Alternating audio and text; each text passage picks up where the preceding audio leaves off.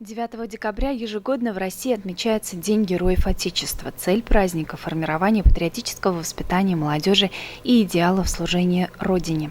В этот день мы отдаем дань уважения соотечественникам, которые, не щадя своих жизней, защищали нашу Родину, и чествуем Героев Советского Союза Российской Федерации.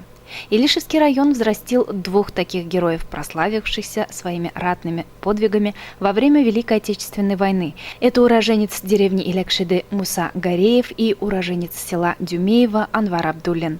В преддверии Дня боевой славы на улице районного центра вышли илишевские волонтеры Победы. Листовки в руках волонтеров специально оформили в виде солдатских писем-треугольников. Внутри каждого послание современникам, рассказы о наших доблестных героях. Ребята не только раздавали письма, но и рассказывали прохожим об этих легендарных личностях. В рамках Дня Героев Отечества также во многих образовательных учреждениях района прошли патриотические мероприятия и уроки мужества. Алина Хадимуллина, телерадиокомпания «Илиш».